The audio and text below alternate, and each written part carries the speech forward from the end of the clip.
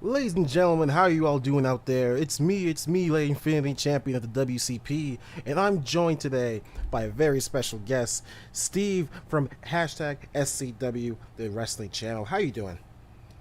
I'm really good, thank you. It's great to be here on the channel. I must admit, I think we collaborated all together on Rated R's channel around WrestleMania season. It's the first time we interacted, and since then, I've always wanted to find a way where we could collaborate. And I'm so glad you've reached out because our time difference is a little bit different. Obviously, it's like 4 p.m. your time. It's midnight where I am right now. So, I mean, obviously, I've had to do perhaps a bit of a different sort of routine to what I'd usually do pre-live streams. Usually, it's quite chilled, quite relaxed. I've kind of had like a lot of music, singing along, keep myself going. It's almost like pay-per-view night. It feels like. Do you know what I mean? I'm ready to go all hours now. I get that. I absolutely get that. But we hope it's a fun time for you. We hope we make it worth your time.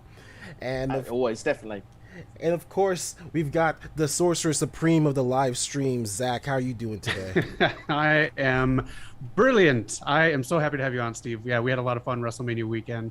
This man right here, check out his channel, SCW, right here on YouTube, because he does a lot of cool Q&As that you get to be a part of live. So you can always get his questions and everything else. And Steve, give him that Twitter where they can hit you up with questions. Thank you very much. It is at SCW _ Steve is where you can get me on Twitter. And like you say, yeah, SCW, the wrestling channel on YouTube. And appreciate the praise and appreciate the love. Thank you. Of course. You got it. Before we get into this, obviously, if you guys are watching, you notice Knock is not here. He will join us in, he says, about 10, 15 minutes. So at some point, we might go to an away screen so we can get him on screen. But for right now, the three of us are going to discuss this week in wrestling. I say the three of us, but for probably the fifth week in a row, there's so much wrestling, I have not watched any of it. I just implode. So I'm going to lean on you guys to tell me what's going on in wrestling this week. Let's see if we can just breeze through Monday Night Raw. Was there anything special in Monday Night Raw this week, Zach? There were a few things special, and I'll just cover them really quick. Austin Theory debuted in a very fun way, I thought, and took out Jeff Hardy, who teased a new character gimmick when he moves over to SmackDown. So it was a way to write him off of TV for a while. What else we go? Seth says, I don't give a shit. We're starting to get edgy on Raw again. And Bianca Belair and Charlotte did a very fine main event match, an okay finish, but a great main event match. I was very pleased with how they ended Monday Night Raw. Otherwise, you had the usual Raw business as usual. Steve, agree, disagree? Yeah, pretty much agree. I mean, obviously we had the second night of the draft as well. That obviously kept us, I suppose, interested throughout the middle segments of all the shows because, well, we need to know we're going to watch and where for the next year. Is Raw continue worth watching? Yeah, it seemed that I felt Raw got a lot of the major players. It feels like SmackDown, obviously, they keep, I suppose, if you want the biggest names with Roman, Drew goes over to that show, and obviously they've got like the likes of Hit Row and people like that. That if you want, they could get to Roman's level if they're booked well over the next 12 months. So it's an interesting layout, the way they've done the two shows this week. But like you say, probably some of the highlights you've mentioned there. I love the fact how Austin Theory was brought in. I mean, it's almost taking what we've seen before of Austin Theory, but taking a part of the NXT Austin Theory as well. He's a real cocky little, Seth can say it, I'm not going to say it, but he's a cocky little S word. And, it's the way he's sort of just come in is just, you feel there's a bright future this time, where he got lost in the shuffle of Andrade before, he got lost there with Seth Rollins as well, with one of his disciples. This time it feels that the sky could be the limit for this guy. They've got superstars for the future, and that's something to keep me going in wrestling. I agree. Looking forward to Austin Theory. Completely agree. How far do you guys see him going in this run? Do you see him going mid-card champion, eventually getting the big one, tag champion? How far do you guys see him going? I could see him going all the way. All the way. Actually, real quick, I'm going to cut you guys off. Sorry about that. But it looks like Knock has just joined the chat. So, real quick, I'm going to cut us to an away screen. We'll keep on talking. You guys just won't see us. And I'm going to ask you guys if there's anything else from Monday Night Raw before we go on. And then, Steve, if you want to take up that question too, I don't know, I cut you off for being awkward, but where do you see Austin Theory going? Well, I didn't mean to jump into your section really there, but the thing is with Austin Theory, like you said, the sky is the limit with this guy this time. I mean, I think if you want to be sensible, I think perhaps start with the mid card for the next sort of 6 months or so and build him up. He has the potential to go all the way. This guy's in his early 20s. In my opinion, he's the kind of guy that you turn around and say, for NXT 2.0 right now, he's exactly the fit of what you want as the world champion. You're pushing this guy for you know, this guy is tomorrow, but they've seen enough in him to think he can be today. So let's see where it goes a bit. And like you say, you could go all the way. And I think we're probably looking a couple of years from that sort of area. But at the same time, I have the same high hopes that you do with this. He's incredible talent. Yeah, great heel work. Yeah. He played comedy character amazingly well. Yes, he does. Yeah. And now he's a little bit more serious. So I think, yeah, I'm all on board with the Austin Theory train. Yeah. Here's hoping. All right. Let us move on to NXT. I refuse to call it 2.0 because it's 3.0. It's 6. I think I counted to 6. I'm not even kidding. Oh, man. Let's move on to NXT. Knock, if you can hear us, if you're there, feel free to jump in. I am here. I'm sorry for being late. I was making my Roman Reigns entrance. You know, it takes a little bit. But I'm here. Glad to see SCW Steve. Thanks for joining us and being on time before me. It's great to collaborate with you at last, my man. Oh, man. But jumping into NXT 2.0. So we have a little debate going on between one of the characters at NXT 2.0. It's the Tony D'Angelo guy. Eric is over the moon with him. He loves him. I'm like, man, forget this guy. But he slipped the referee some money, and I thought it was hilarious. What are your thoughts on him? Shall I go first on that Oh, one? Yeah, you go ahead. Yeah. To be honest, I kind of feel like when I was watching the promos, the vignettes, seeing him come in, I thought to myself, he's got a character and he's something that I think could connect with audiences back home. And, you know, I must admit, I quite enjoyed his debut. I think that obviously it's fresh, it's different. He's got a long way to go. It does remind me of like the FBI, like the little Guidos back in the ECW days. But yeah, I mean, if again, it's that thing. The sky is the limit. If these people can be booked correctly, then we'll get behind them. It all depends how it's going to go over the next sort of weeks and months. I mean, it's kind of different to like a Joe Gacy, where, you know, that definitely divides the room. It feels like you're definitely on one side or the other with that type of character. But at the same time, those can be the characters that WWE can run with, because if they create controversy, people are talking and they're more likely to actually tune in and see what they're doing. That's true. True. And with Joe Gacy, I feel that if the writers are writing Joe Gacy, and this isn't a Joe Gacy original, it's going to be your parents writing a rap song, and it's not going to hit where they want it to hit. You get that? Yeah. Completely agree. What do you guys think about Toxic Attraction? How are they moving? How's their track going? I think they're taking over. I think Mandy's finally found her groove. Some of her wrestling's been improving, and she has a group that I do believe she can lead. So I think she takes off Raquel, and Raquel goes to the main roster. And I do feel like this push for Mandy was what was meant for Frankie Baudet before Mandy got there. But I'm happy for Mandy. I agree. I think Frankie would have beaten Raquel if Mandy and NXT 2.0 didn't happen. But this is the road we're going, and I think they're going to run with the ball and go far. How about you, Steve? What are your thoughts on Toxic Attraction? They've really been a breath of fresh air. They're actually one of the standouts of the show. It's almost to the point where a lot of characters have been introduced that we've been unfamiliar with, and obviously some have stood out more than others. Perhaps we've mentioned a couple of outlandish characters we've mentioned as well. Perhaps the great work of a Bron Breakker, but at the same time you sit and say, with this group here, they have got, this is awesome almost every time they've been in ring, every time they've been out. The presentation, everything about them, just, it screams what probably WWE are looking for long term with a faction. Like you say, Mandy seems to have found her groove, and it's been a long time. It seems a long time ago she was slipping at WrestleMania, put it that way. So yeah, fingers crossed. This is going to be the thing that triggers something that we can get Mandy to that next level. Yeah, for sure. Very nice. Hopefully it doesn't trigger too many people, otherwise Gacy's going to get involved. Oh man. But besides that, Cameron Grimes versus Pete Dunne was amazing. I'm loving that. Even though I think Pete Dunne still, lost in the mix a little bit, but he still put on great matches. So hopefully he gets a run coming up. Yeah, agree. Completely agree. Anything else stand out for you guys in NXT this week? I apologize for being so distracted. I'm just fixing. No, you're good. I came in and just ruined your boxes here, man. You're fired. Oh man. It's like I'm Vince Tony D'Angelo before the show. Right. Tony D'Angelo surprised me with that pop. It surprised him. If you looked on his face, he's like, oh, people are buying this? Well, he's on the front row, but he's digging it. If he can make it work, as a former Chicago guy, if he hits the right notes, it'll work for me. Of course they're buying it, man. You gotta pay your due. You're talking about it, man. I told you guys if this was a draft pick, I'd have this steal. I said this guy was gonna be. Good call it. He was with him from day one. Oh, Till man. he gets whacked.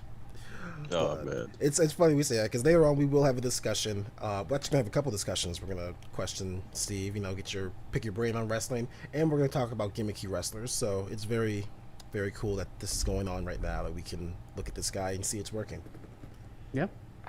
Absolutely. It seems to be at a time where we've really got like a change of the guard really with NXT to what we've been seeing. Like you say, it's probably 6.0 at this point, 4.6, however you want to call it.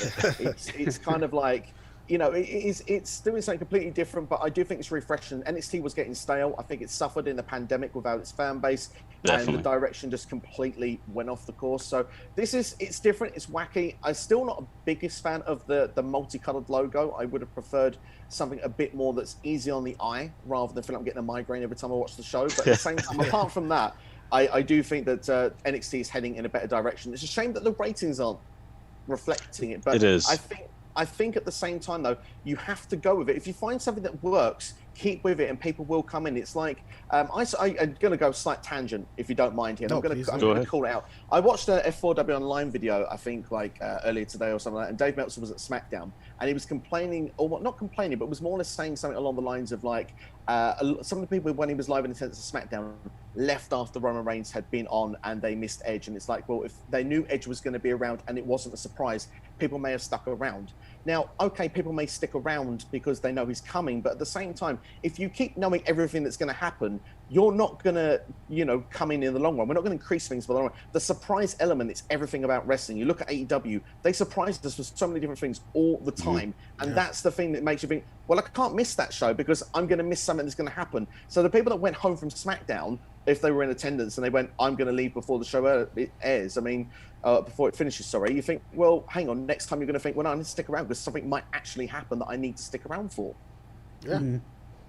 No, completely agree. That's one of the great things about AEW is that, there's always rumors something could happen, but when that surprise happens or you get spoiled because you happen to miss it, like, you want to watch the next episode. You want to make sure you don't miss the next surprise.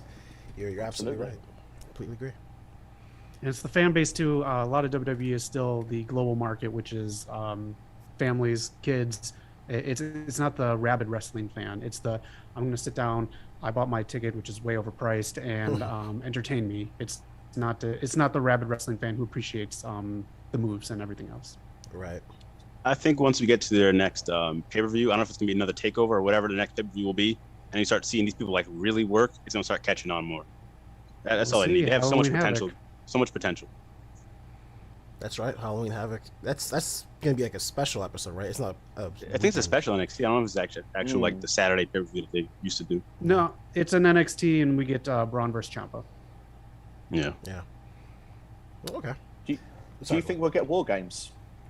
I'm really hoping so, man. There's so much potential. Before Hit Row got called up, I would have loved for Hit Row versus Legado del Fantasma in a mixed faction War Games. I thought it'd been kind of cool and different. Yeah, that would have been exciting if it would have happened. But it's hard to feel now because so much has changed. It's like, now as well, we had Pete Dunne's factions completely split up as well. Yep. It's kind of like, I don't know where they would go with it now unless they're just going to throw random people together. That's the only way I could see it working. Yeah. Right. They have so many young people there. They'd have to sit and watch hours and hours of Peacock footage of War Games to explain to them the rules and what War Games is. So I'm worried about it. But we still got Imperium. Maybe if they can jump over and do something with some of these factions there. True. That would be a good idea. Hope so. But Zach, out of curiosity, how could those youngins watch those past War Games matches? Where could they find Eric? Oh, don't I'm set glad up. you asked. You can watch War Games past, present, and hopefully in the future on the streaming service called Peacock. When you want multiple people at one time, hop on the Peacock for your streaming services. And just like that, we made a quarter. All right, let's keep things moving because we got a lot going on. Let's talk about AEW Dynamite. What happened this week?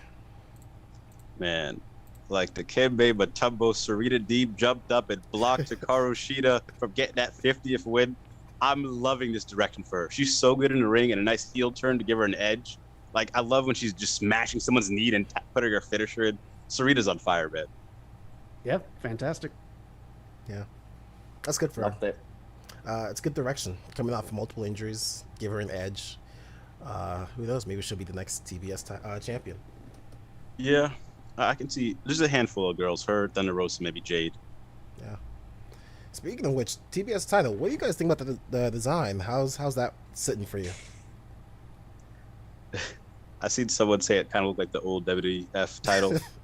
It kind of has the same like gold type look, but I like it. Can't do too many TV channels like Cartoon Network and all that type of stuff. But this has to be the last one. But it's cool. I would kill for like a Comedy Central championship. Oh man, you guys have any picks for who it could be? Like Knox said, there's so many picks now. AEW has got to a point where they have legit female talents that can be champions. So who do you guys think will walk away with that title first?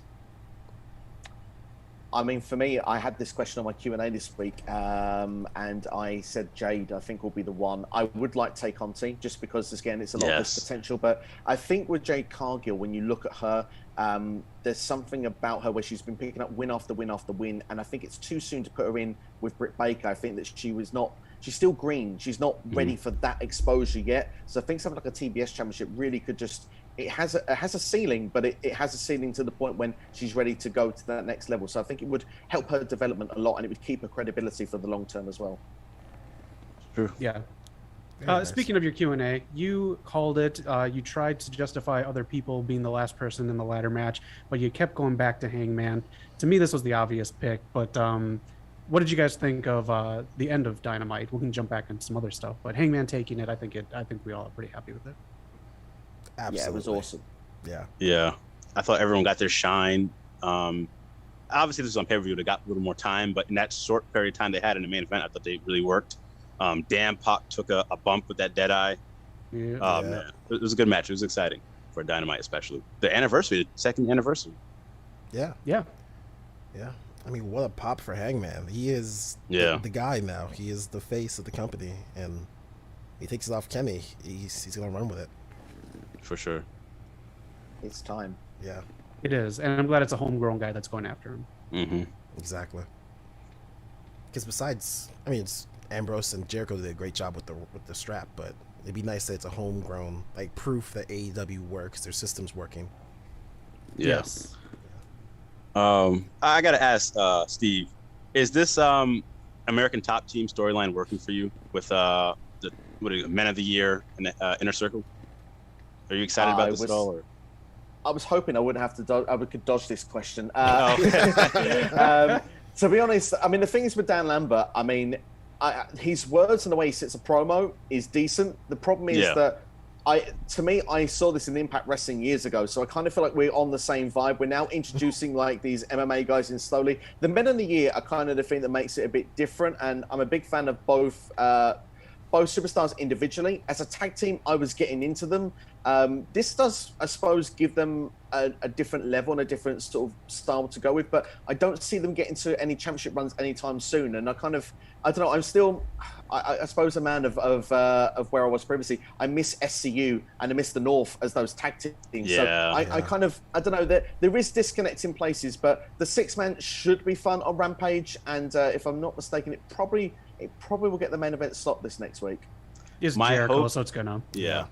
My only hope with it is because I do like some of the MMA guys like Jorge. I like Paige Van Zandt. I think she'd be great in the women's division if she wanted to cross over. My hope, since they're bringing Jorge, Inner Circle, their honorary members, Mike Tyson, bring him in there, have a big moment, get the headlines, do stuff like that. Because, I mean, storyline-wise, you said not going for championships. I mean, it doesn't really work that well. But if you get that big headline with a Mike Tyson and a Jorge clashing, that'd be really cool. Yeah, that would be awesome.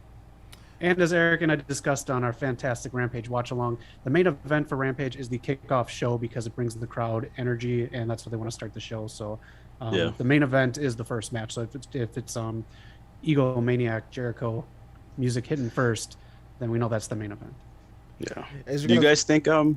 Go ahead, Eric. No. Go ahead.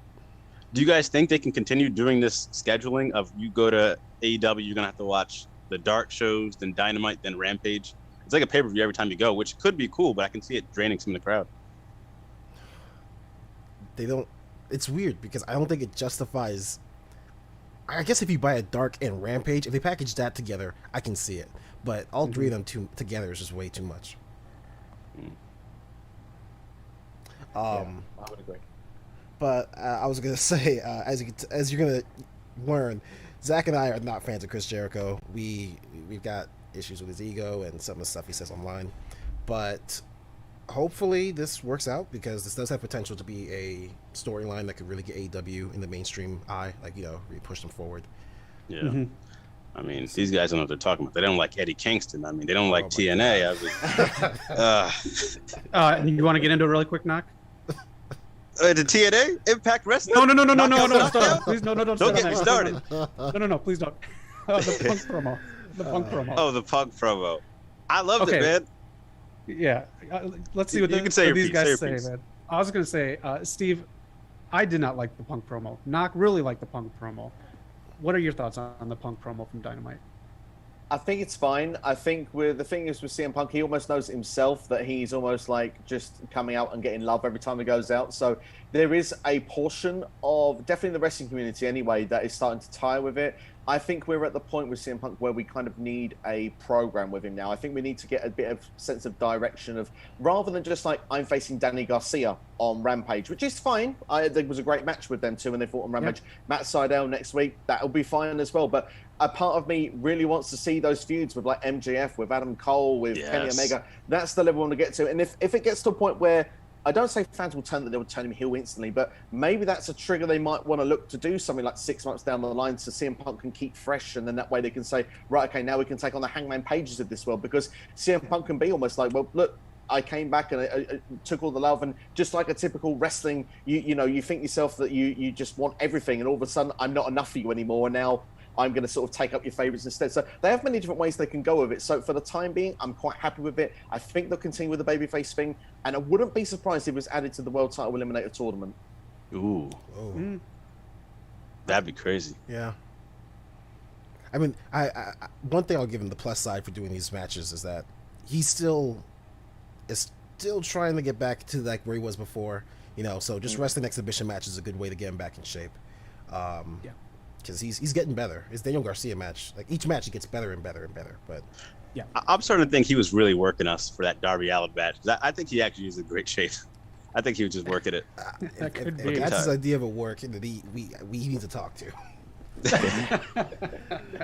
Oh man, let's hit the chat real quick. Zemo, always here as always. Thank you for joining us. Knowing WWE, referring to Austin Theory. Austin will be jobbing in the next 2 weeks. I don't believe. I think they like him. I think they like him.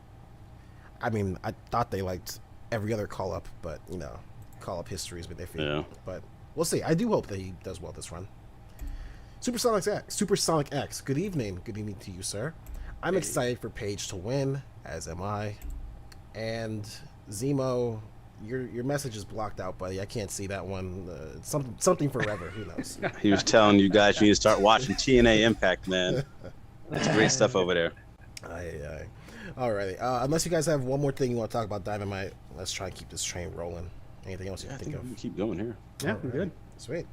Next up, Friday Night Smackdown. What's going on? What's happening over there, Zach?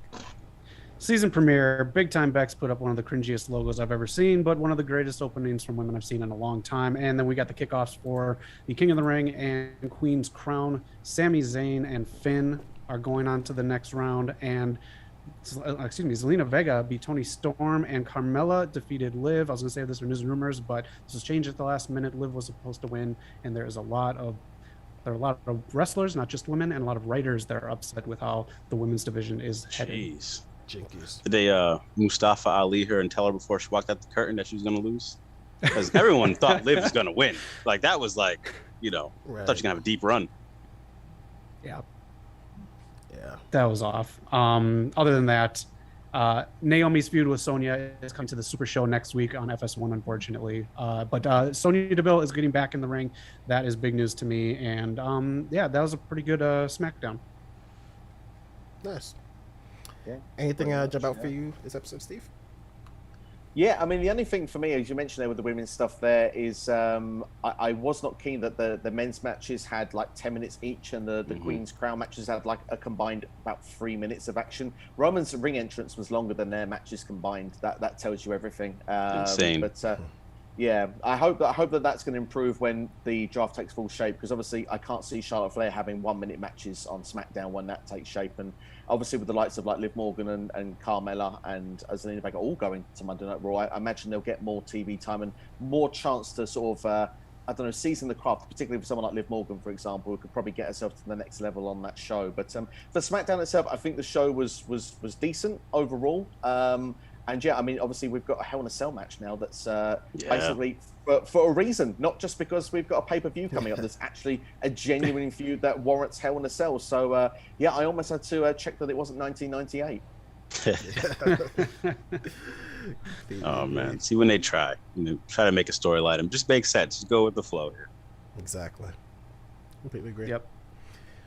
It's funny you bring up the thing about the Roman's entrance being so long, because we actually in our private chat had a discussion about that. So later on, we're going to ask you about that. We're going to talk about what the companies can do better in terms of women's wrestling.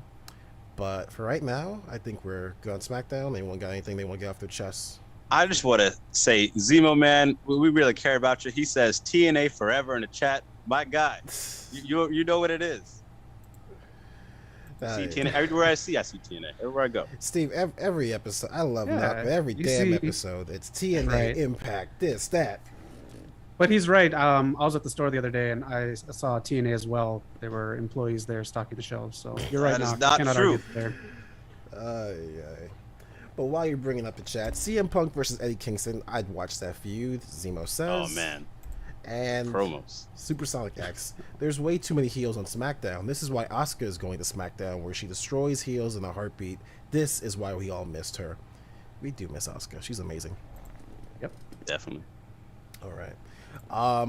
AEW Rampage. So, for most of it, you can watch our stream. Zach did an amazing job, and you can watch all the amazing, stuff he had in his magazine. But is there anything real quick that Steve or Knock you guys want to touch on for Rampage, just real quick? Just real quick, Daniel Garcia had a hell of a weekend, man. Minoru Suzuki, CM Punk, David Richards, and I think Alex Shelley. So what a great 4 matches to have on the weekend. He's coming up strong, going to be one of the best technical wrestlers in the future. Nice. Anything you want to touch on real quick for Rampage, Steve? If not, it's fine. But, anything that's irking you. For me, literally, I would just say that it's like the quickest hour. It's like watching Nitro back in '95. Literally, I wish more wrestling shows had that fast-paced action. I mean, there's not really much I could say of note, but sometimes it doesn't need to be note. It's just the fact that you can just sit down and enjoy a good wrestling show for 60 minutes and just feel, where did the time go? Yeah, 100%. Agreed. It's even crazier when you realize that there were 4 matches on that card, and they all just flew by. I mean, the Jade one was a quick one, but it's crazy they fit all that. Steve, did you like Mark Henry on commentary? They kind of took him off recently, but did you miss that at all? I mean, they seem to have transitioned every single week. There's not the same people there every week. I mean, Jericho will obviously be missing next week, and he was there this week, been missing before. But I like the fact that they've included Ricky Starks on there. I will say that. Yeah. Mark Henry's still got his presence backstage where it's time for the main event, which I quite like that. It's a nice little touch. I think it's pretty cool. But Ricky Starks, I mean, to get him more TV time in general, this guy, for me, he's so amazing. And the thing is, he had that Philly Street Fight as well, and it's getting harder and harder to boo him each and every week. The guy has he's got incredible theme music. He's great in ring. He's awesome on the mic. He's just he oozes charisma. He oozes stardom. So I mean, I look forward to seeing eventually when he can politely get out of the Brian Cage program and get to another feud. Maybe someone like a Bryan Danielson, maybe a CM Punk. He probably would win those feuds, but you know what? It'd just be great to see him in and amongst those sort of names. Yeah, completely agree. As long as he's helping with that neck, let him loose. Yeah. He's a superstar waiting to happen.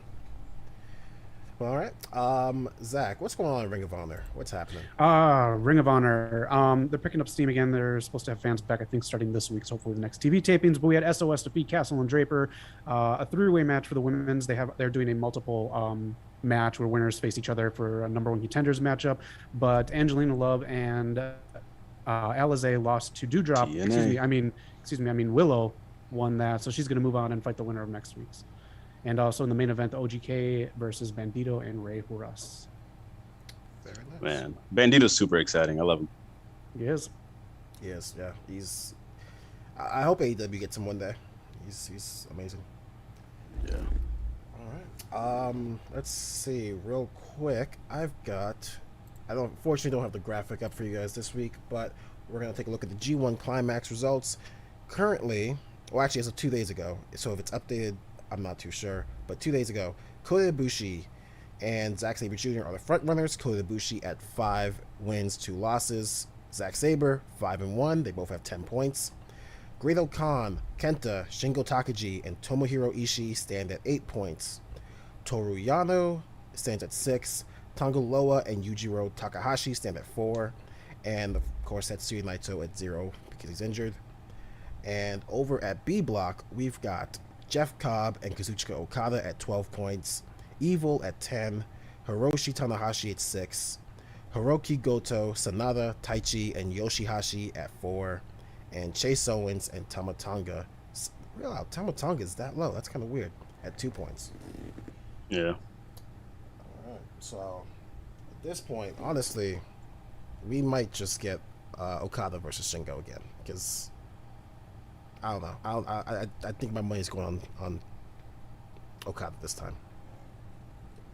Feels like a safe bet, honestly. I would love it to be Jeff Cobb. I mean, Jeff Cobb's just an incredible athlete, and just to freshen up the guard. I mean, I must admit, I'm not a consistent New Japan. I'm normally that kind of guy that sort of like sniffs around Wrestle Kingdom. So I'm like, oh yeah, there's that show at the start of the year that I should go and check out. But I mean, I like to try and say what's going on in between. But no, obviously, Okada, you can hardly bet against him. But I just would love to see Jeff Cobb in that position. He's just awesome. It would be, and the story's there. I mean, Will Ospreay was in this faction, and Shingo picked up the title after Ospreay was gone. That's a good point.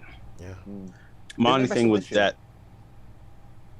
What was that? I was saying, didn't they wrestle this year at Wrestle Kingdom as well? Did they? I think it was Dominion. I think it might have been Dominion they wrestled. And that's when Ospreay got injured. It was like May time, and they had to relinquish the belt. Which is why I think for Shingo, if he wants to like continue feuding with Will Ospreay, I think if he won the G1, called out Will Ospreay, that can legitimize his reign since he didn't beat Ospreay and he had to relinquish it. I think that'd be kind of a cool way to do it. Right. Would you? Yeah, we'll see how that goes. Would you let Shingo beat Ospreay, or would you give Ospreay back the title? Oh, that's tough. Either one could win, but I think Shingo would beat Ospreay since he's the heel. He's the bad guy. They typically lose at Wrestle Kingdom. Very fair. Alrighty, so real quick, hit the chat real quick. Zemo, Smackdown will be much better once Sheamus debuts. I hope the WWE book him to win the IC belt very soon. I think we all agree. We want him to get that Grand Slam. And Gresham just announced his move to the main event division. I really hope 2021 ends with Gresham as a new ROH World Champion. That'd be cool. Can't hate that. Mm-hmm. Very cool. Hold up. Oh, Zemo, I love you, man, but you're sick of Okada? Sick of Okada? That's like being sick of breathing. What are you talking about? The Rainmaker. Oh man, there should be a new face. I do agree with you there, but Okada, man, that's my guy. I can see why he says that. He is like the guy, but I mean, I never get tired of watching him wrestling. All right, do you guys have anything to say about MLW? What was it called? Midland? Was that where Hammerstone and? Yeah, Fightland, I think it was called. Yeah, Hammerstone took out Jacob Fatu, the Samoan werewolf. And then my guy Myron Reed, cool dude, he lost his belt to Jerry. Got the mist in the face, sadly, but it's a good show from MLW. Good showing. Yeah. Alrighty. Other than that, I think we're all set. I think that was the recap. I think we did it. Good job, guys. Anyone got any news and rumors you want to bring out to the world? You want to spread some gossip, spill some tea? What's going on? I think I'm short on news and rumors this week. If you guys got it. I'll just kick it off. New Japan is close to a major US TV deal. We'll see if there's more about that this week.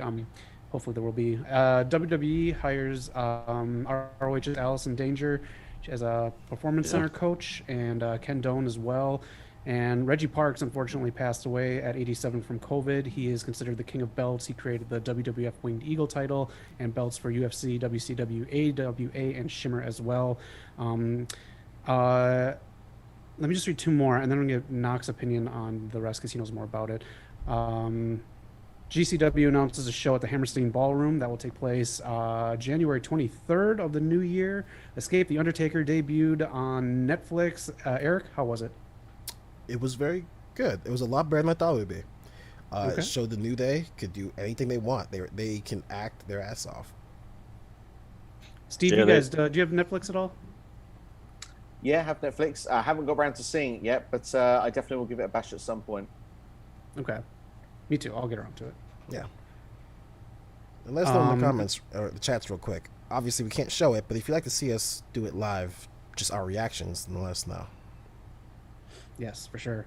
The two last things here. One, there's a release of Twitch payouts from the last 2 years, from September to September to September. The top ones are Paige at over 400,000, close to 500. Zelina Vega over 300,000. Adam Cole over 300,000. Impact with 69,000. Tyler Breeze 43. Evil Uno 35. Cole Cabana 32,000. And Woods down at 25,000, but he does stuff on a lot of other payouts, and he's got that WWE stuff, so Yeah. that, I think, cut his stuff off. Yeah, shout out to Paige, man. She's a great person. Yes, she is. Yeah. And lastly, just in ratings, again, if you want someone other than the corporate giant WWE to do well in ratings, AEW is doing great, but some other shows aren't. MLW's Fightland on Vice hit just 40,000 people. Impact went down to 111,000 people. The Dark Side of the Ring went up a little bit with Johnny K9 to 137,000 people. And Roads to the Top is going to the bottom. It got cut almost in half. 295,000 views. Jeez. And that's all I got, except I want your explanation on this, because you know a lot about this, Knock. You talked about it in the chat. But WoW's TV deal and AJ Lee. Oh yeah, shout out to well, there's some controversy with that too, but Jeannie Buss, she started WoW, owns that.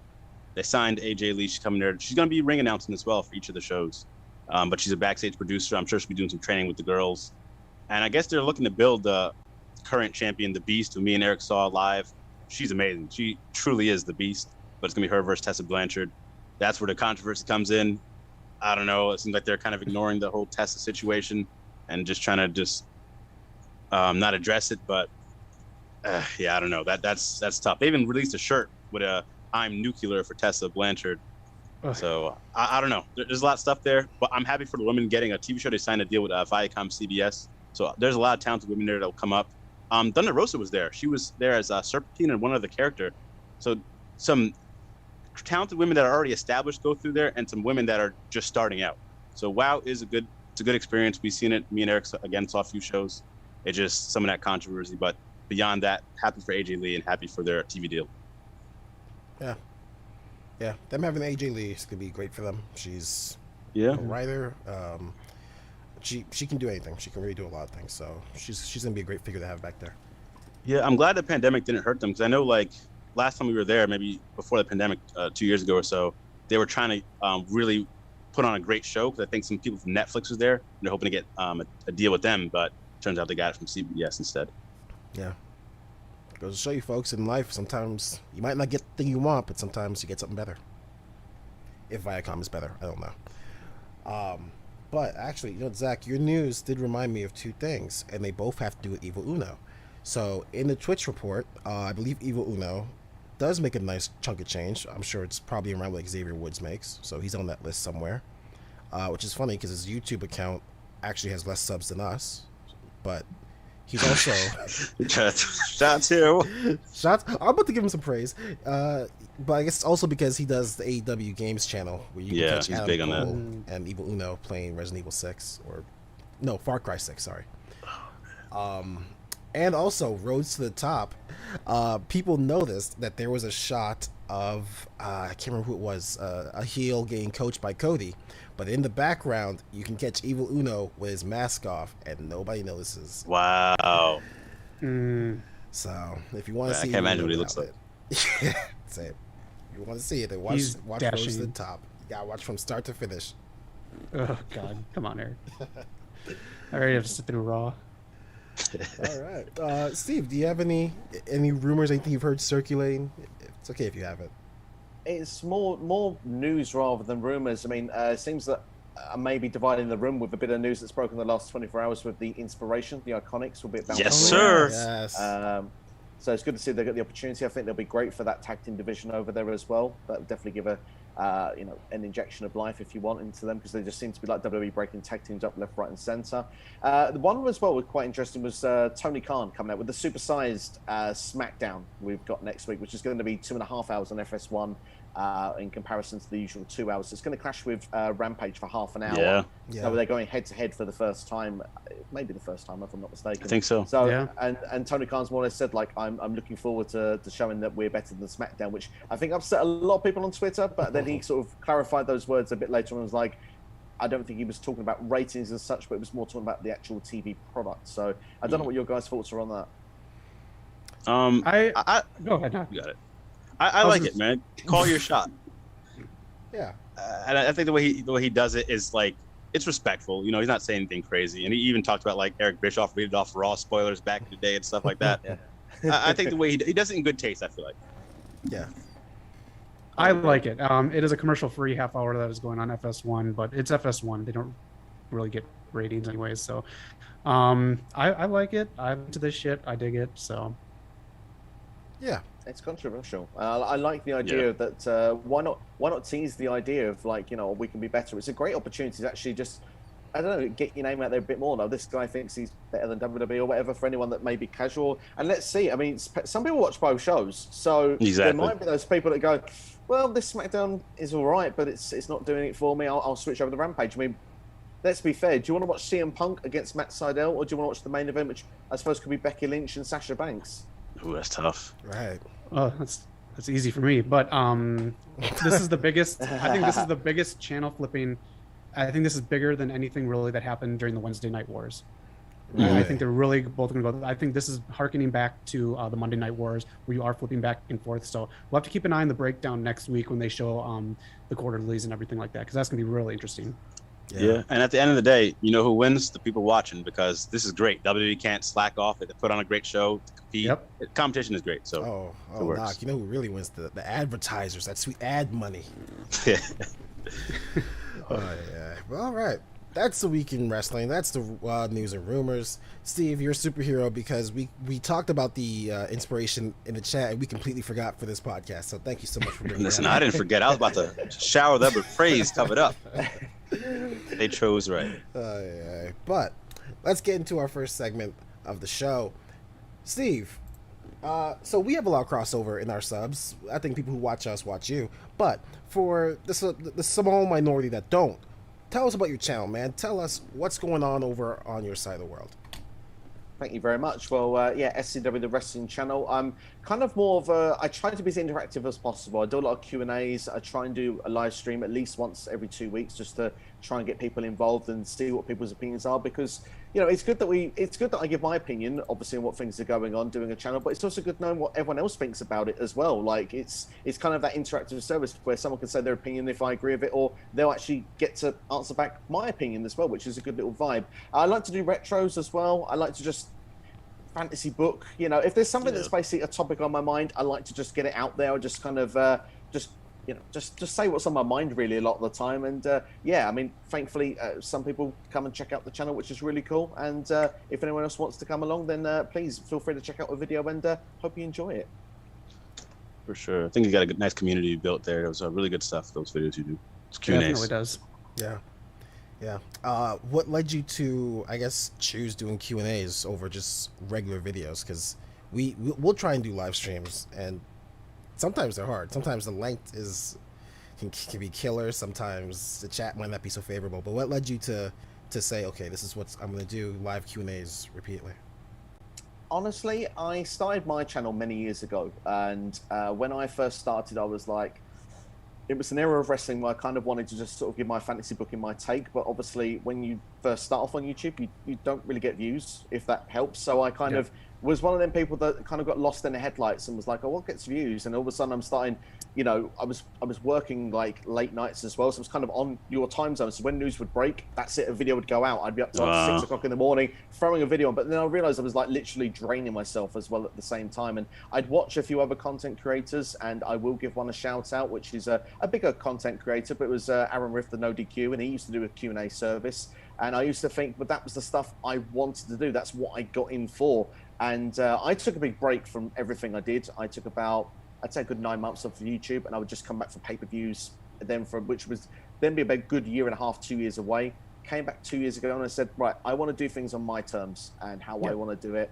And I started with the Q&A because I got a little bit better at Twitter as well. Not that I've got much better now since then, but you know, it's how it goes. But yeah, at the same time, it's all about interaction. I think that was always the key in what I wanted with my channel. And I think this time round, when I've used the channel, I think people have understood what I'm trying to do as the message. And I think that that's helped the channel grow a lot more significantly than what I did the first time round. So I think that's kind of where the Q&As came in. Live streams, I mean, is something that I've always been interested in, but perhaps not always had the capacity and ability to do it. So the fact that I've got more ability to do it now, especially during the pandemic, obviously has given me a lot more freedom to do stuff. So yeah, that's kind of where that's sort of come into play. But yeah, it's basically, I love interacting with people. I love collaborating, as you can see, being here with you guys, obviously. And, you know, hopefully at some point as well, I'll say it now rather than at the end of the episode. I hope that I can return the favor, have you guys on my channel. Of course. Of course. Nice. Definitely. Yeah. I'll throw it to Knock and Zach real quick after this question. But last thing I have. So doing this YouTube channel, you've been doing it longer than us. So I've got to know, how do you avoid the burnout of... Because sometimes, like we said earlier, it's a full-time job watching all this wrestling and then having to have an opinion on it, and hoping your opinion isn't, you know, too far out there that people won't blow you up in the comments. So, how do you avoid that burnout of just doing all this? You don't.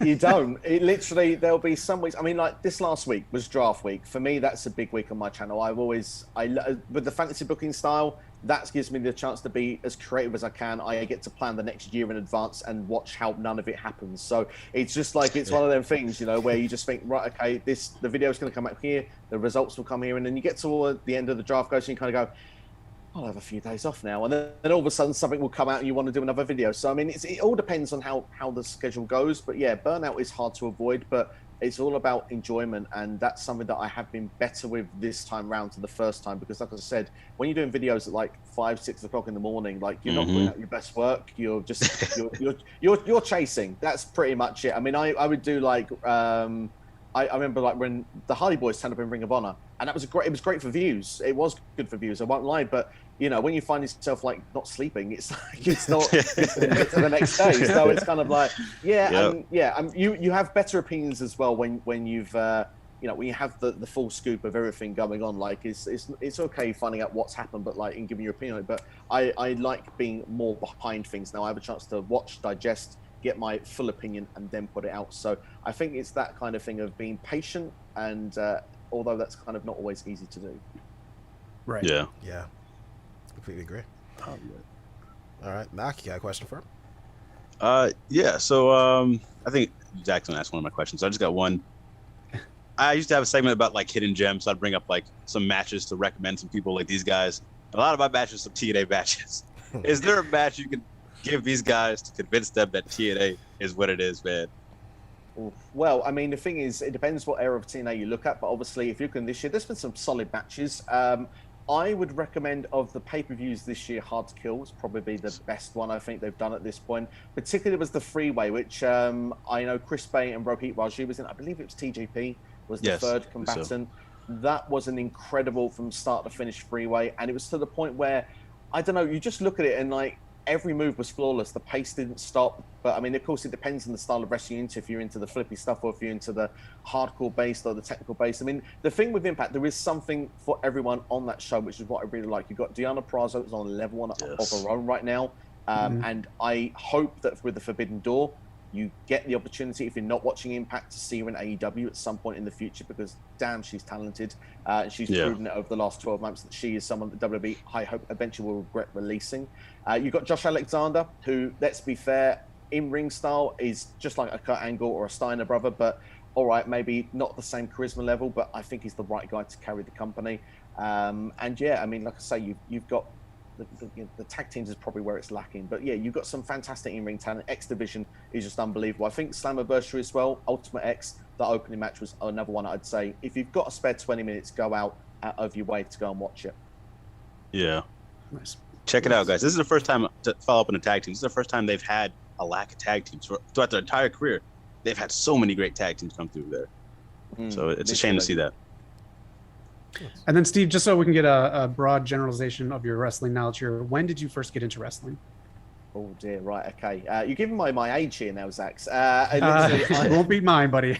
I started WrestleMania 8, which was 1992. So yeah, I would have been a young child at that point.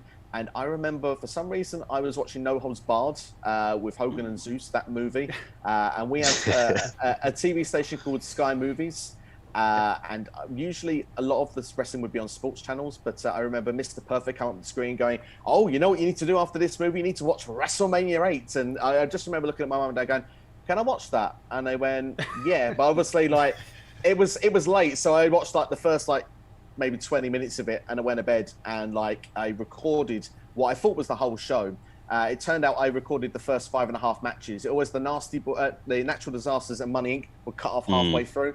But I remember being hooked from minute 1, and I just thought it was awesome. Like the first match I was exposed to was Tito Santana against Shawn Michaels. I mean, that's not a bad start for a WrestleMania opener. That was pretty good. And then I had Ric Flair and Randy Savage in match 4 for the title. You know, I didn't have to worry about Papa Shango not making it to the ring until I got the VHS about 6 months later. So it was totally fine. Fair enough. You got into it a lot later than I have, so you are a young buck. The next question I have basically is, what are you into outside of wrestling? Like the three of us game, we do other stuff. We're into a whole bunch of like comic stuff. Anything outside of wrestling that catches your interest? Yeah, I will be favoritism of where I am. I'm a huge soccer fan rather than saying football.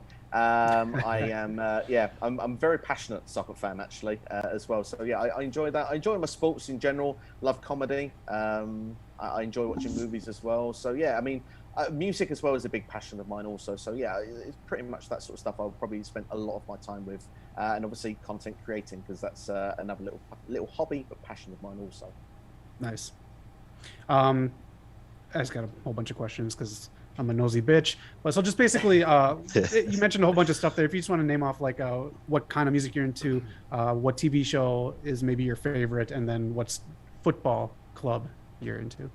Well, I'll start with my soccer. I'm a West Ham United fan, so yeah, that's probably not the biggest club for stateside, but I believe Triple H is a fan of West Ham United also, so that's kind of a fun little detail as well. He always throws out those when he's in the UK, so it's really fun. Friends has been my favourite TV show since I was growing up, and that's just never changed. If there's ever a day where I think myself I just need a laugh or whatever, Friends is always there for me. So yeah, that's always been a favourite. To be with music, I mean everything really. In any format really. I've worked as a DJ for the majority of my adult life. So nice. Yeah, so that's pretty much for me. I love dance. I love R&B. I love rock, pop. It doesn't matter if it's classic, up to date. Usually that I'm into it, so I'm quite easygoing. Where you can find people who say, "Oh, I don't like that." There's very few songs that I don't like, and yeah, I know that question's probably coming next. So yeah, Neil Diamond's "Sweet Caroline" and "American Pie." I think these two songs that I cannot stand. I was gonna request them, but I guess not. That's all I got for you. Very nice, awesome, man. Thank you so much for that. Guys, if you haven't subscribed to his channel yet, what are you doing? You're not using YouTube correctly. If you're not, head over there, subscribe right now, and get ready for an awesome Q&A. Thank you, guys. So, we've got some time for a couple games. We might have to cut the second discussion short, but we'll see. We'll play it by ear. No problem. But, Knock, I believe you've got a push or shove for us. Yes, sir. Push or shove. So a few of these you kind of talked about already. But I'm going to start with this first one. Recently, Bianca. So for Steve first, before I get into it. So push or shove, I'm going to throw out like a statement, and then if you think you agree with it, you push it. If you don't, just shove it away. So first statement up we got here. The faction of Bianca Belair, Naomi, and Sasha Banks would be a great faction going forward if that happens. Bianca tweeted in support of that. Push it. I'm up for that. I think it'd be quite cool. Three very talented workers, and I mean, Naomi's getting more TV time now, but perhaps that would put her to a level that she would deserve to be at as well. Yeah, I'll take that. I'll push that. Yeah, I'd push it too. All right. And then after win a WWE title, Yesterday, he was on football. He was on boxing. Mm. Big E has the biggest crossover appeal of any champion going right now. Any of the world champions, men or female. That's a tough one. Because they're going to push Roman everywhere. They are. I will push that because Big E is so well spoken. I did catch some of his stuff this weekend. He's so well spoken. The people that he works with are very interested in what he's saying because he's so likable. Yeah. And the amount of things that he is into, not just that you can put a camera in front of, the amount of stuff that he is into that you could push him on, different shows and sports and whatever video games, is I don't even know where the cutoff is on that. So I highly push that. Yeah. Sorry, go ahead, Steve. No, Eric, you go first, mate. Okay, I agree with Zach, and also I think whereas Roman will probably do more of the high profile stuff. I mean, Big E's into so many things that he'll probably do some of the stuff that's like under Roman's radar. So he'll be everywhere, every spectrum, every range. Yep. I would push it as well, purely on the basis that if Big E can remain champion for long term, then this may be just the start of what we're seeing this weekend. I mean, whether he's been with football, I believe he was at the Fury Wilder fight as well, and in the crowd there. So yeah, I mean, he's got himself about, and he's so damn likable as well. Even people that I know that don't like wrestling, if they see Big E, they usually get happy. They usually good to see him. It's a fun time. So yeah, it's he's got a different kind of appeal that I think could definitely work if he was champion for long term. So yeah, push it. Yeah, he definitely has that. I agree. All right, after losing 2 weeks in a row and his wife being unhappy, Brian Cage is leaving AEW this year. Okay, when you say his wife is unhappy, you know what I mean? You need to clarify. She was unhappy with his position in the company. With his position in the company. Shout out to Melissa Santos. She's really cool. Oh man, I still have faith. I still think Tony Khan has to pull him aside and say, "Listen, once Hangman gets the strap, you'll be the one to take it off him. So just be patient, just stick around." Oh, what do you think, Zach? Steve. I think he's there for the long term at the moment, not even if he doesn't want to be. If he's under contract, I don't see him leaving. So for now, I would say shove it. But at the same time, I do think he is one of the first people that could cross from AEW to WWE. Yeah. Yeah, I agree. I'll shove it just because I think they're aware of what's going on online and they want to be smarter than the fans, so they'll make him stay. Yeah. Right. Not like Vince. Like yeah. Yeah. They'll give him some incentive. I mean, we kind of hinted at this earlier, but regarding TBS title, I try to follow the storyline and start building towards tournaments or rumbles. And right now, the storyline with Thunder Rosa and Jade Cargill, she did pin her last week, but I think Thunder Rosa will upset Jade Cargill for a TBS title. You guys push or shove that. Steve, what do you think? I will say shove that just purely because I said that I think Jade will win it, and I don't like to be wrong. I'll shove that because I do think that they're making Jade a bigger deal. I think she is more of the AEW women's caliber than the TBS caliber. I would give it to someone like Layla Hirsch or give it to Thunder Rosa so it's more of a workhorse title. Yeah. So I guess push because I think Thunder Rosa's gonna upset her. I think they've built that up. Because didn't Jade beat her and Nyla or something? Last Rampage with her and Nyla, she pinned Thunder Rosa after beating her with that chair. Yeah, I know AEW doesn't do 50-50 booking, but they're starting to build the storyline to look like Thunder Rosa has to get a win at some point. It might be for them. Last few here coming up on the end. Becky Lynch, after months of after the win, Becky Lynch winning the women's title was actually the right call with the storyline going forward. What do you think, Steve? Oh, that's a tough one. I think the storyline's heating up. I don't think it's WWE, but I think it's on them. Like they're doing great stuff. Weirdly enough, after SummerSlam, I'd have said shove it, but at this moment, I think I'm going to say push it because I think even though Bianca, it harmed her in the short term, I still believe it will benefit her in the long term. So I'm going to say push it. What do you think, Eric? So, so Steve, it's funny that we bring this up and Big E before because I've said on the podcast that if Big E loses the title like Kofi and Bianca did in a ridiculously short fashion, I am done with WWE for a while. I don't know how it will affect the podcast, but I cannot watch WWE anymore. I wouldn't blame you. So, if Bianca, if it was the right choice, if it works out, that's awesome. but there's no excuse for why Bianca should have lost in 6 seconds. That you're Yeah. strong black female champion. That hurt me. So I can't say push. If it works out, great. But that sent a message that still hurts me to this day. I can understand that. I mean, for me, just to go back on that, is that at the time I thought it was really wrong, and I still think it's wrong. But the thing is that I think the story has been interesting, and I think that's what WWE wanted to create. And I think it only becomes right if Bianca beats Becky for the championship. If it doesn't do that long term, then I think that it will remain shove it. But at the same time, like I say, if she can, even if it's a WrestleMania and she gets that win back, then I think in the long term you say, right, okay, yeah, that had that bad moment at SummerSlam, which I agree is unforgivable. But then to go and beat arguably the other WrestleMania winner, main eventer, and Becky Lynch, that will definitely put her up another level again. So I think it's all in the way that it's handled, I think, for it to be a positive. But I totally agree with everything you're saying there, Eric, and I can understand your feelings on it. Yeah. True. Zach, what do you think? I would shove it because it's still there. It still exists. It's still in our minds. It's one of the things that we think of right away. They're handling it fine. I'm fine with it, but they could have done it the other way around with Belair with the belt, and they could have just, I don't know, what's the name they're supposed to be called? Creative. They could have been creative. So the thing is, it's still there. You got the big pop with Becky at SummerSlam. You can watch on Peacock. So Peacock, if you need a big pop, hop on the cock, because Peacock has your exposure of bad writing for WWE. That should not happen, because that crappy moment for Belair is in existence. So that's why I say shove it, and that was stupid. Yeah, I just, because I've been loving the storyline these past few weeks. I think Becky, Sasha, and Bianca have such good chemistry, and they've been killing it despite whatever creative stuff's been going on. That's why I brought up this one. And the last one before we move on from this segment.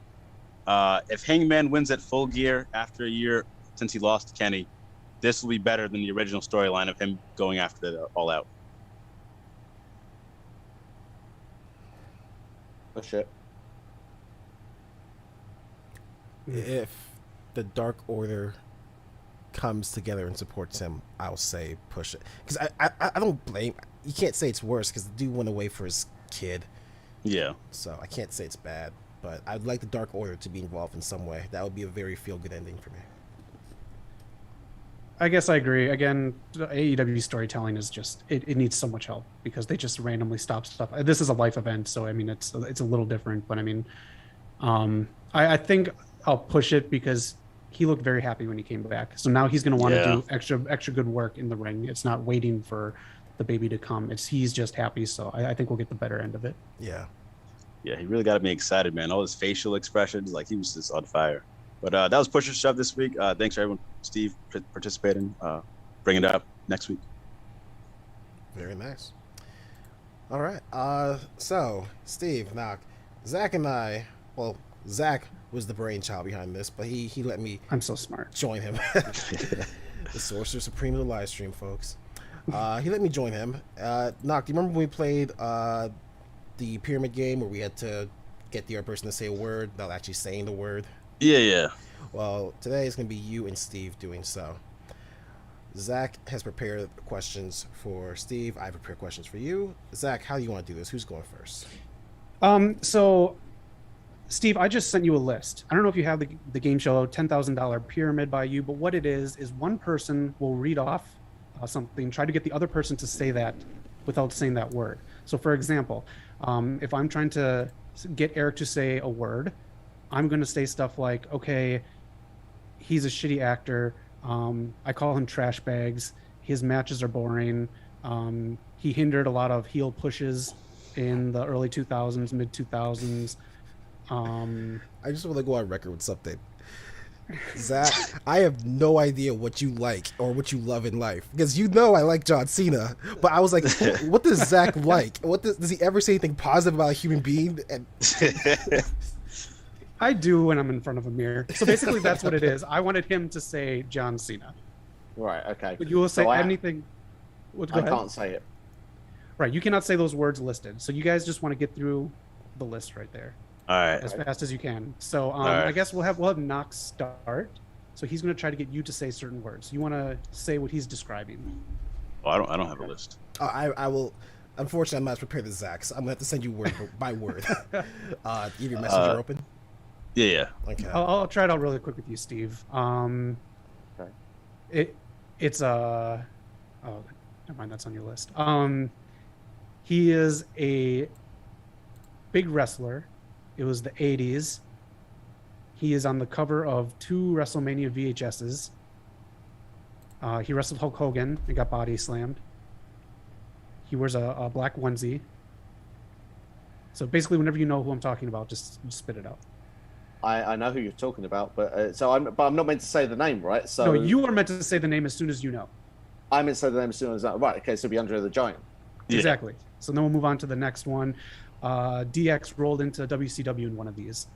They tried to get them to open the gate on Nitro. Yes. Yeah. Do you know what it is? They were on a tank. Yes, there we go. Yeah. So once you know the answer, no matter how many clues are given, you just shout it out, say it, and then we'll just roll down the All list. right. Yeah. Okay. It's me and you, Steve. I'm gonna try to get you to get these answers. You ready?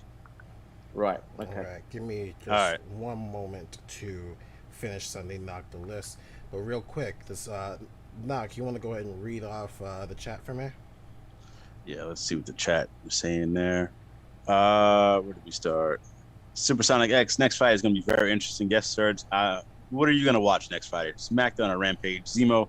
I personally recommend Josh Alexander versus TJP, an Iron Man match for the X Division title. I agree, man. That was a hell of a match. And he goes on to say he stopped watching WWE a long time ago. It is rubbish. All right. So here we go. Trying to get to SCW Steve, the tag team partner of mine today. First one up.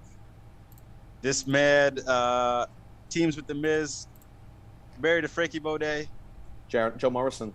Yes, sir. Oh no, you gotta get him to say the actual. What's his phrase. nickname? What does he go by these days?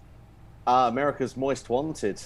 Yes. Oh. We're that counts, Eric. We're moving up. Hangman Page. Johnny Drip Drip. Then, There if we you want, go. if not, There we go. Hangman Page comes in, flips over the ropes, and he hits the. Buckshot Lariat. Yes, sir. All right. I hate this move. It's one of the worst finishers of all time. Eric loves it. Sky Duhati gets in there, just fumbles around the ring, worm. but he calls it. Penelope Ford, the Bunny, have been beating Ty Conti using these. Brass Knuckles. Yes, sir. When Bray Wyatt and Matt Hardy teamed up, they were called. Oh God, Broken Hardys or something. I don't know. I don't remember that one. Okay, so Matt Hardy, the Delete. we live on this giant spinning globe. I don't remember Planet Earth. I don't remember what We're gonna their skip thing that was. one. He used to. Okay, so he brought Taker and Kane together. He used to carry the urn. Paul Bear. Yes, sir. Oh man. Longest rating IC champ at one point. Heavy Honky into Tonk the Man. music. Yep. Okay, so this kicked off AEW before it started. Ring of Honor helped. It wasn't All Out. It was All In.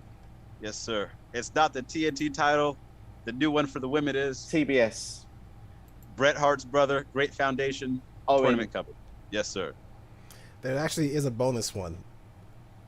I didn't That say was it a to you bonus? yet, but Knock, do you remember what Zack Sabre Jr.'s really long finisher name was? No idea. No idea. All right, if you could have gotten that, that would have been amazing. Steve, do you happen to know by any chance?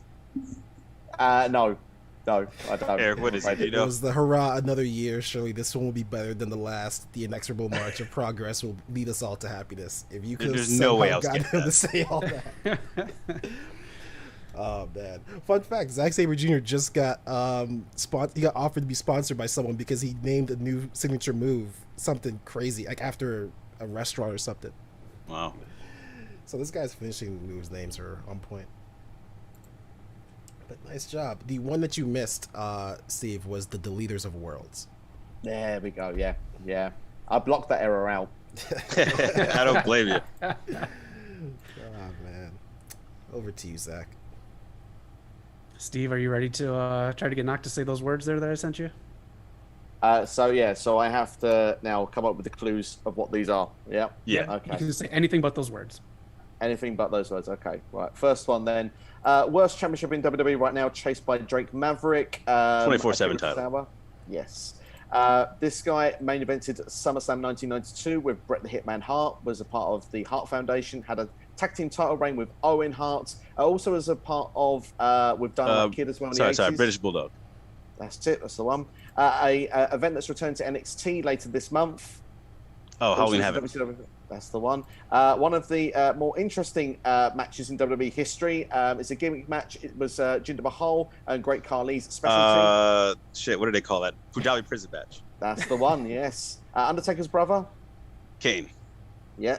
Something that I might like to eat back in the UK. Traditional English food. Nando's? No, Bobby. Oh, fish. And... fish and chips. Yes, trying to think of a wrestler with chips there. We've got the AEW Britt Baker's challenger at All Out this past time. No, it wasn't All Out. No, she won the Casino Battle Royale at All Out, making her debut. And then lost Ruby Soho. That's the one. English sports. I call it football. You call it? Oh, soccer. Yeah, that's it. Something Crown tournament. Crown Jewel, Crown, Queen's Crown. No, we've got sort of, but take the crown away. Shayna Baszler is the of spades. Queen of Spades. Yeah. And also we've got 007. So, James Bond, is that easy? Yeah.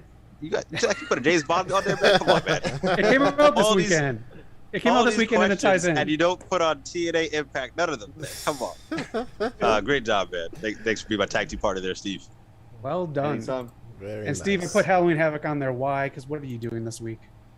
I'm going to be doing a retro review of Halloween Havoc 1997. So that'll be myself and Wrestling by Waldridge on Friday on the channel. So, Pacific time, that will be at 12:30 p.m. So, one for the lunch break.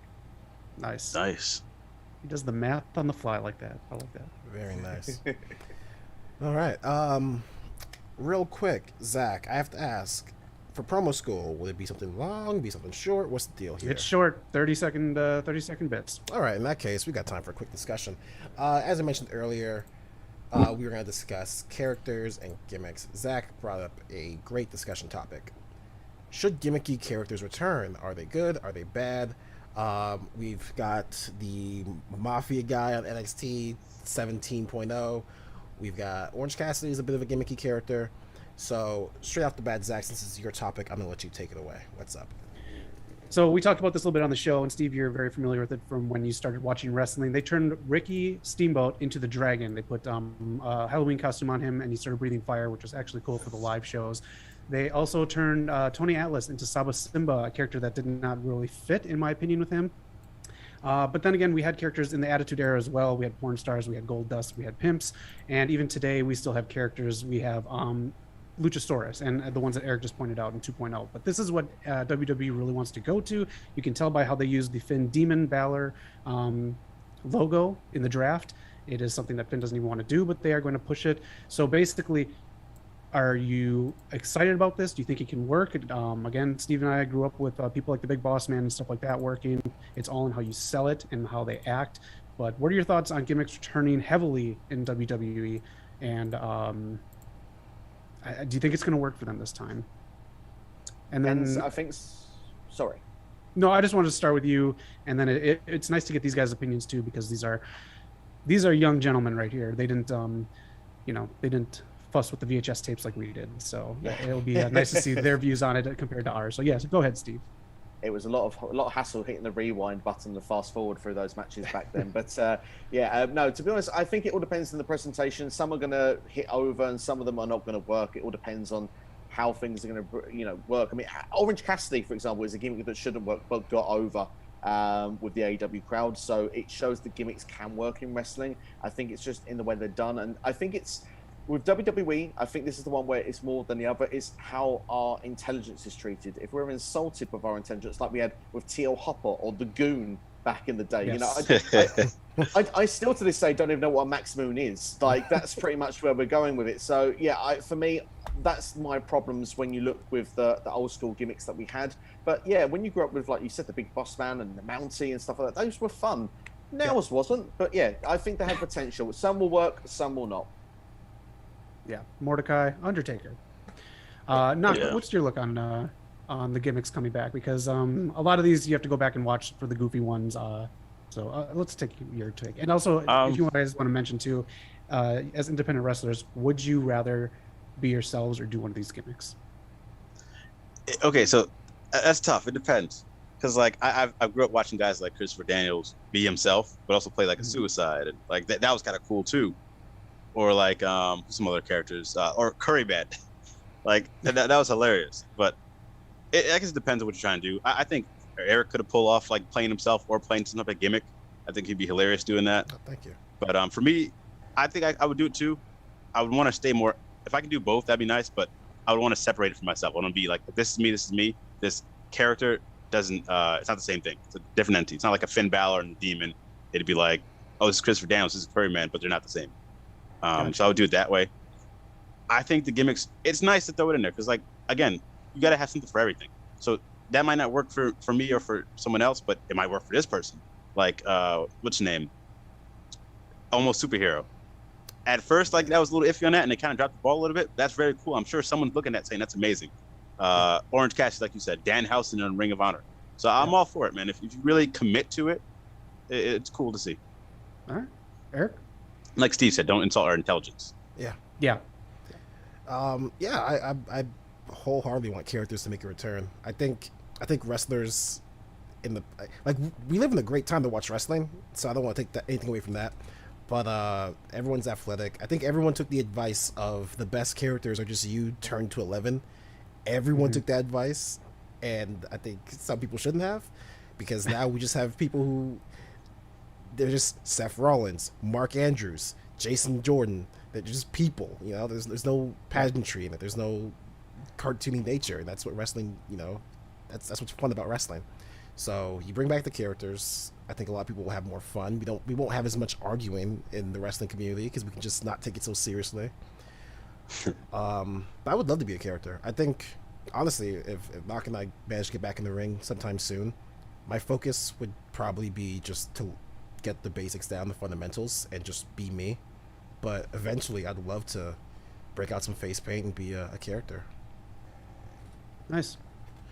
Yeah, I like the points, and I really like. I think Steve nailed it. That Knock mentioned, don't insult our intelligence with it. So, bring this up too because we have King of the Ring and Queen's Crown coming up. Steve, you talked about this on your Q&A about who could pull off a King's gimmick and a Queen's gimmick, and the possibility of King and Queen on one channel.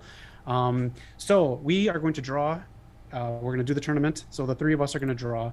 Eric will go first. He is our champion, and then Knock, and then I'll get the leftovers. So 2 each. And then as I hold up the names for who gets who, Steve, let us know percentage-wise if you think they'll win the tournament, and if you think they can pull off a King or Queen gimmick. So we're going to start off with our picks for King of the Ring. Eric. Come on, Sami Zayn. Sami Zayn. You get Ricochet. Oh, what? I mean, he's the one that could pull up. He didn't in the King gimmick. He did, but he's not winning. I love Steve? Ricochet, but It's not happening. The thing is with Ricochet, I just the thing is he has the King in the name, so that's kind of cool, and I'd love to see him push him, but he's facing Xavier Woods. They've got to give Woods a bit of a run in this tournament. Yeah. So, no, and I don't see him working with the gimmick either, even though Ricochet probably needs some form of gimmick. yeah, True. It pains me that that's their first match together. Yeah. I know. Knock, you get Gender. Finn Balor. Finn Balor. Yes, sir. This is fixed. This is just like the Royal Rumble all over again. Oh man, the prince Steve becomes the king. Demon King has got a great chance of winning it. I think he's definitely one of the heavy favourites at this point because Sami Zayn's not getting to that final. We know that already. So yeah, will he actually? I mean, that face paint with a crown. I'm not sure. Yeah, that's the way it's That's like that face paint with like a uniform at a store or something. Oh man, It just doesn't work. Eric, your second choice is Sami Zayn himself. Yes. Okay. I actually do have faith in Sami Zayn winning that. After being drafted last, King of the Ring is usually it's more of a heel thing. So I don't know. I want Xavier Woods to win. He deserves it. He absolutely deserves it. Yeah. But I just don't know how I would book a face King of the Ring for a year. I'd be iffy. But I'm putting money on Sami Zayn. I think he's got this. Yeah. Nakamura relinquished his crown in respect, but Steve, Oh, he did? what are your thoughts? Yeah, he did. Yep. I hate to disagree with Eric, but I mean, is there a chance to give a minus percentage Do it, it's of fun. winning it? I feel Sammy's definitely losing next week on SmackDown, but I do think, as so far the names given, he would do the King gimmick the best. Yeah. All right, knock your last one, and then I get the leftovers. Oh, you get Kofi. Okay, I'll take it. You know, I think it'd be really cool to see Xavier take him out in the second round, so propel Xavier to the finals. See, that'd be a great match, but I would kind of love it if Kofi just bowed out. He's like, I want you to have this. I don't know. I want them to do wrestle that. at some point, but I don't know why. I would just love to see that happen. I would mark out for that. Interesting. It's an interesting proposition. I do think they'll face in the semis, but yeah, I think it's where Kofi's journey ends. Yeah, like you say, it's Xavier. If any one of them is getting King of the Ring, although could you imagine if Kofi won it and seeing Xavier jealous every week? That could be a fun story as well. That's so cruel. Yeah. You can have fun with that if they did it right. Yeah. All right, that means I get Woods and Jinder. I get the great one and the worst one. So, good. Jinder would look good with that crowd, though. I gotta say. You hinder He Jinder. would. Yep. Yeah. All right, let's move on to the. Oh, go ahead, Steve. I was going to say, last time he was on SmackDown, he didn't have a bad run, Jinder, so you have to wait and see how it's going to work this time around. Yeah. Fair point. And Vince likes him. He does. He loves him. Good work ethic too on Jinder. Yeah. Let's go to the Queen's Crown. I think this should be because it's Saudi, but one of the main events here. All right, champ. You want to go first or second? It's up to you. I'm gonna go first because I know Knox already got every advantage in the world. Listen, give me Zelina Vega. Oh, I want Shayna. This is a good chance, in my opinion. You got Carmella. That is actually a good chance. She would do Last very well minute with pivot. Queen's crown. She's going home next week.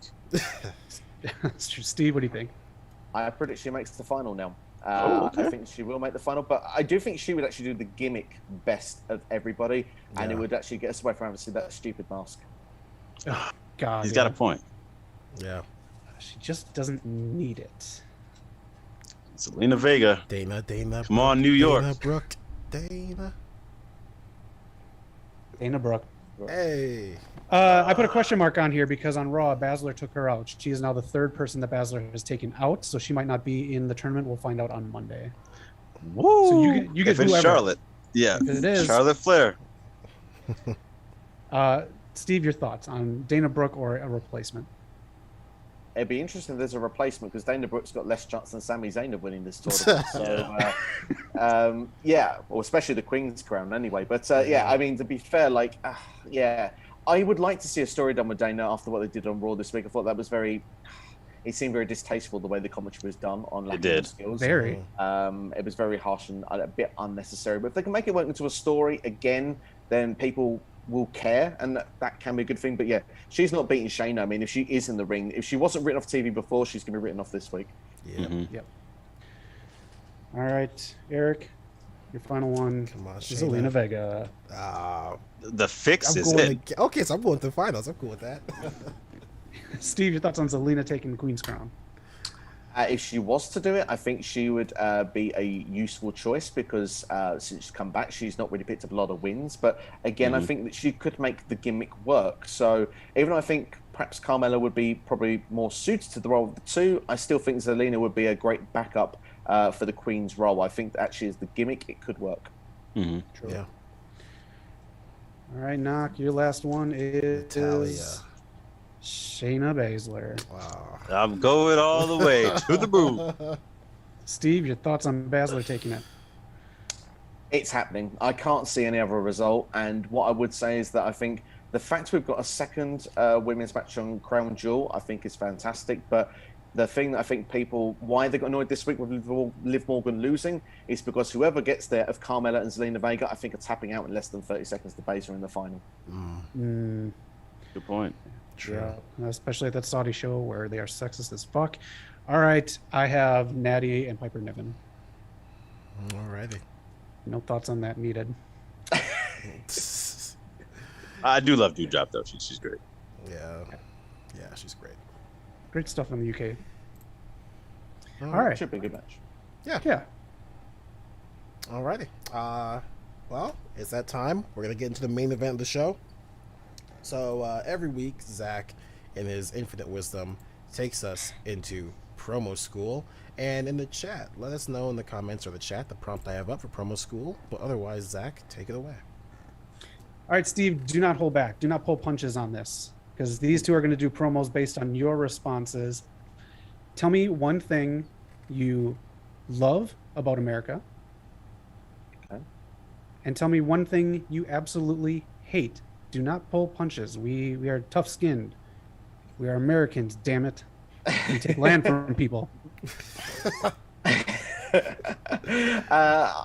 For me, love America. I mean, my experience so far is going to Florida as a kid, and I absolutely loved it. So yeah, that will be my thing that I'll say that I'll love. Yeah. Something that I don't like about America currently, this might get me some heat, will be country music. If there is one such genre music, I'm not going to. Country will be the one. All right. Man. Eric, you were going to cut a heel promo on Florida. Not Amazing. You were going to cut a Thank face you. promo on country music. 30 30 seconds each. Whoever wants Eric, to go you- first. All right, first of Think all, Eric- y'all need to stop calling what you do in music. It ain't music, okay? Anybody can take a little southern twang and sing a little song. Dusty Rhodes could do what you people do better in 5 seconds, all right? Country music. That's just ridiculous. And also, you know what? Screw country music. Florida. You're hardly a state, all right? If it were up to me, the coastline would just wash the entire state away. Y'all can build a boat, flow away somewhere else. But Florida, you're dirty. You're disgusting. The actual place is dirty. It's great in small doses. And by small doses, I mean 2 seconds. I walked past the state line and I walk back. That's the most Florida I can take. All right? Y'all, what, 50th in education? You know how much shit I had to learn myself? Thank God Google existed. Oh, I would... Ooh. Florida. Worst of all, y'all brought us Flo Rida. You know how much WWE bullshit I had to deal with because of Flo Rida? I'm biting my tongue. There's so much I can say about Florida. I used to live in Florida, Steve. That's why I have very negative feelings about it. I'll go the face route here with oh man. So listen, Eric, what you got to understand about Florida is from a guy coming from the tundra, from the cold of North America and New York. Florida was a dream. Florida was the promise of Disney World, Universal, and you just spat it away. You lived in the dream, the paradise of Miami, Florida. You don't deserve the crowd. You don't deserve the title. So when I come there on SmackDown next week, I'm going to take it from you. I'm going to send your ass back to Florida so you can appreciate that shit. Miami Heat Steve- sucks. Steve, Knock apparently hates country music as much as you, because he avoided doing that promo that was assigned to him so well. That was a good one. I liked it. So yeah, that's a little something we do here on Promo School, just to keep these guys, promo sharps. When they do get back in the ring, they're cutting everyone down and winning all the fans over. I liked it. Both sides were awesome. Great arguments made both ways. So yeah, they're ready for back in the ring. Oh man. For the record, for anyone from Florida, Miami Heat do not suck. I lived in Wade County. I love Dwayne Wade. Oh man. Well, that's our show. It's been a ride. Steve, thank you so much for joining us, man. Thanks for having me on. It's really been awesome to be a part of this. And like I say, I look forward to collaborating with you guys again in the future. It's been awesome to be here today. Yes. Absolutely. We're looking forward to join you. Anything that you want to promote in your channel? You said you're doing the Halloween Havoc watch along. Anything that we can look forward to past that? Well, the Q&A, which usually would go out on a Sunday, unfortunately, I didn't get it out in time, so that will be dropping tomorrow. So the regular Q&A, that will be dropping then on the channel. So a brand new video to look forward to. So yeah, I hope to bring out at least 2 videos over the next week. So yeah, plenty of stuff to look forward to. Very nice. Again, folks, you've got to subscribe. Hit the bell icon. You've got to do it. Otherwise, you're wasting your free YouTube. What are you doing? Let's give a quick shout out this week. We've got MVPs of the week going to Hangman Page for winning the ladder match going against Kenny, and Bianca Belair for her match against Charlotte Flair. And quick shout out to Sasha Banks, I guess her husband, for making her outfits. They are just crazy good. Yep. Yeah, best attire going. Amazing. Yeah. But other than that, Knock, any last words? Yeah, just check out the channel. Get some tier lists coming up this week. The Malachi Black video's out. Some more Champions videos. But thanks for everyone who's watching. Thanks, Steve, for joining us. And yeah, we'll keep these going, man. We're 78 episodes in. That's right. Zach, any last words? Just put out a new Pop Talk. Check that out. If you want to have some fun with the draft, put out a mock draft. Eric has a good Hangman page video too, so check that out and get pumped for his match with Kenny. Yeah, got a lot of random stuff on the channel here, so check it. True that. And now, Zach, please let the folks know, where can they find us? They can find us in only one place this week. SCW YouTube page right there. You want to like, subscribe. You want to hit all the bells, all the likes on his videos. Halloween Havoc this week. Q&A tomorrow dropping every week. Steve, I love watching your Q&As. They make my lunch break so well.